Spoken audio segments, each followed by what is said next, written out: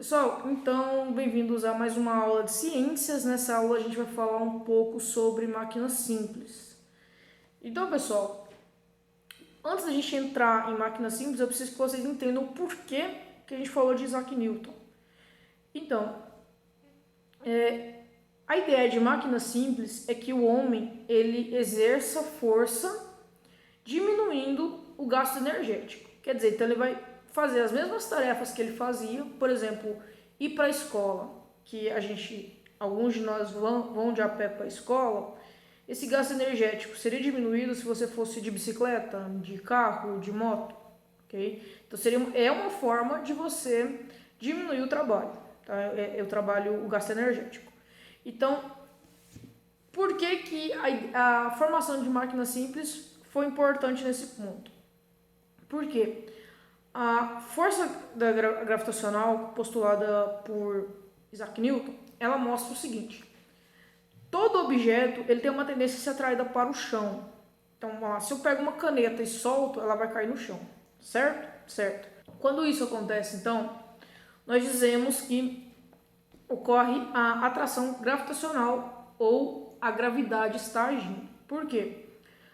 Tudo na Terra é atraído para o centro da Terra, e o centro da Terra está no núcleo, abaixo da crosta terrestre, ok? Beleza. Como eu disse, quem postulou isso foi Isaac Newton. Aí tem uma imagem de uma macieira ali com umas maçãs caindo no chão. Tem uma história que ninguém ainda confirmou se é verdade, eu acho que vai ser muito difícil confirmar, de que Isaac Newton só percebeu a atração gravitacional porque uma maçã caiu na cabeça dele enquanto ele descansava embaixo de uma macieira. E existem controvérsias nessa história, porque dizem que essa maçã não caiu na cabeça dele, que ela caiu perto dele, mas a gente usa essa macieira como exemplo sempre. E vocês estão vendo aqui na imagem também a Terra com cabo de força com a Lua. Por quê? A Lua também tem um centro gravitacional. Só que a Lua é atraída para a Terra, por isso que ela gira em torno da Terra. Do mesmo jeito que a Terra gira em torno do Sol, porque o Sol tem um ponto gravitacional, tá bom? Então, para girar na órbita terrestre, necessita que haja a gravidade terrestre agindo, tá bom? E como uma brincadeira, eu coloquei aqui essa imagem de uma raposa, acredito que seja uma raposa, em volta da Terra, girando na órbita da Terra. Então, quer dizer, é como se ele tivesse sido arremessado para fora da Terra e ficasse eternamente ali, girando na órbita terrestre, tá? Por isso, eu coloquei essa imagem. E isso a gente usa também em outras formas. Por exemplo, aqui nessa imagem, deixa eu colocar uma seta para vocês verem onde eu estou falando e aproveitar já que deu zoom aqui e colocar no zoomzinho ali. Vocês estão vendo aqui... Oxi. Tá, vou colocar a setinha aqui e vou dar zoom. Ele tira o zoom sozinho. Vocês estão vendo aqui essa imagem, certo? Vocês têm um livro em cima de uma mesa. Até aqui existe a gravidade agindo. Você tem aqui Fn e Fp. O que é isso? Eu falei no último vídeo sobre as leis de Newton sobre força-peso e força normal. A força-peso é a força que a gente exerce contra a Terra. Então, um livro sobre uma mesa exerce uma força-peso em cima dele. Professora, mas peso não é o que você põe na balança? Não, o que você põe na balança a gente chama de massa, tá? Essa força-peso é a multiplicação da massa. A massa, sim, foi o que é pesado na balança, que seja em quilogramas ou em gramas, multiplicado pela aceleração da gravidade. Que é aquela formulazinha que eu passei para vocês, força é igual a massa vezes aceleração, FMA. E essa força-peso, então, que o livro está exercendo sobre a mesa, varia de acordo com o tipo de livro. Por exemplo, um livro maior, que pesa 4 kg, ele vai exercer uma força de 40 newtons em cima da mesa, que é o que a gente chama de FP. Um livro com 1 kg vai exercer uma força-peso de 10 newtons em cima da mesa. E essa força normal, ela é igual à força-peso, só que em sentido diferente. Vocês estão vendo a setinha aí que está no sentido contrário? Porque essa força normal, essa Fn, é a força que a mesa exerce sobre o livro para manter ele ali, ok?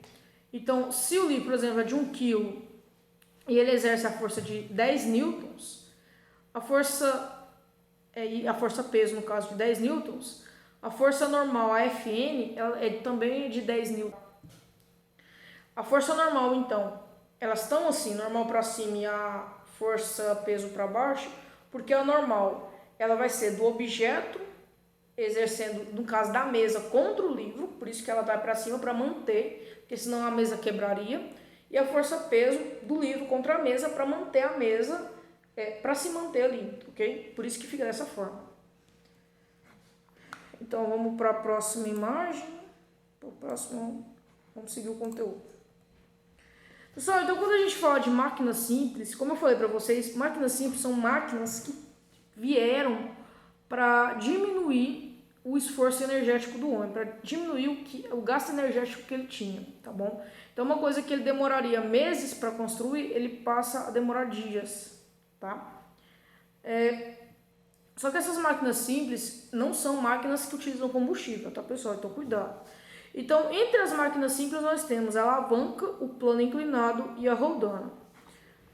Então, mostrando para vocês, nós temos aqui em cima, no canto superior esquerdo, um exemplo de alavanca.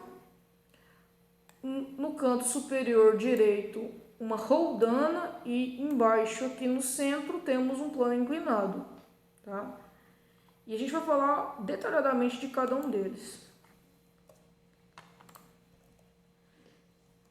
Então aqui, vamos falar dos tipos de alavanca. Existem 3 tipos básicos de alavanca. Alavanca interpotente, interresistente e interfixa. Quando eu vou mostrar para vocês alguns desenhos, a gente vai falando da sequência interfixa, interpotente e interresistente, tá bom? Vamos lá, nós temos um exemplo aqui de uma alavanca interfixa, que ela tem o ponto FP, PA e FR. Olha aqui a definição deles. Então, FP, força potente, PA, ponto de apoio, FR, força resistente. O que é isso? O ponto de apoio é o ponto, o nome já diz, né? É onde a alavanca está sendo apoiada, tá bom? Vocês vão ver que, de acordo com o tipo de alavanca, o apoio se move. Força resistente é o objeto que eu quero levantar e a força potente é a força que eu vou exercer, tá bom? Isso aqui é um exemplo de alavanca interfixa. Quando eu colocar todos os exemplos aqui, eu coloco os nomes para vocês. Então aqui a alavanca interfixa. No segundo aqui eu tenho uma alavanca interpotente, em que eu tenho uma extremidade, o meu ponto de apoio, tenho no centro o local onde eu vou exercer minha força potente, então é ali que eu vou exercer força. A força potente é o local onde você exerce força, tá, pessoal? E tenho a força resistente na outra extremidade. Então, meu ponto de apoio é em uma extremidade e onde o objeto está é em outra extremidade. E onde que eu vou exercer a força é no centro. Então, a alavanca interresistente, ela se assemelha com a interpotente porque o ponto de apoio está na mesma região. O que muda é onde está a força resistente e a força de apoio. Então, vocês estão vendo na imagem que a força resistente aqui, ó, nessa terceira imagem, gente, a força resistente, ela tá no centro, enquanto a força potente, ela tá na extremidade. Então, eu exerço força na extremidade. Então, vamos colocar os nomes aqui, pra vocês lembrarem. Depois, pessoal, se houver alguma dúvida, vocês podem entrar em contato comigo. Então, eu tenho aqui a interfixa. Tenho aqui a interpotente.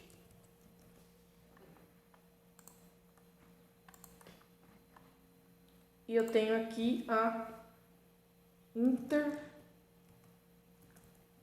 interresistente. Mas e aí, como que eu uso isso no meu dia a dia? Então, vamos ver, gente? Anotaram aí? Eu acho que eu pedi para vocês fazerem uma pesquisa, então isso aqui é para vocês terem no caderno, tá? Se não tem, por favor, aproveitem a aula. Então, aqui eu trouxe alguns exemplos para vocês de alavancas. Então, a interfixa.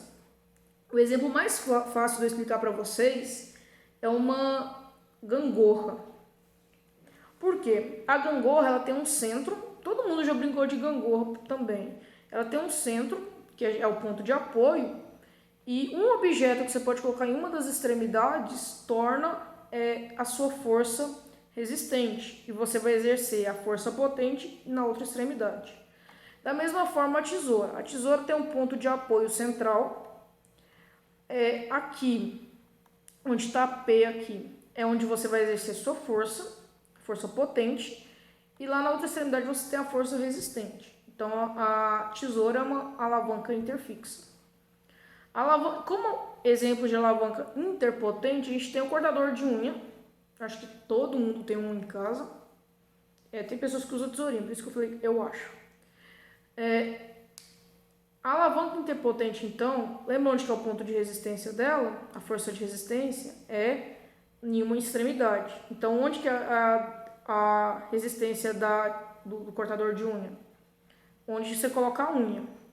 O seu ponto de apoio, o ponto de apoio dela é na extremidade oposta, que é normalmente onde a gente põe a mão, uma das mãos, e onde você vai exercer força, que normalmente a gente exerce essa força com o dedão, é aquele trim, né, que alguns chamam de trim.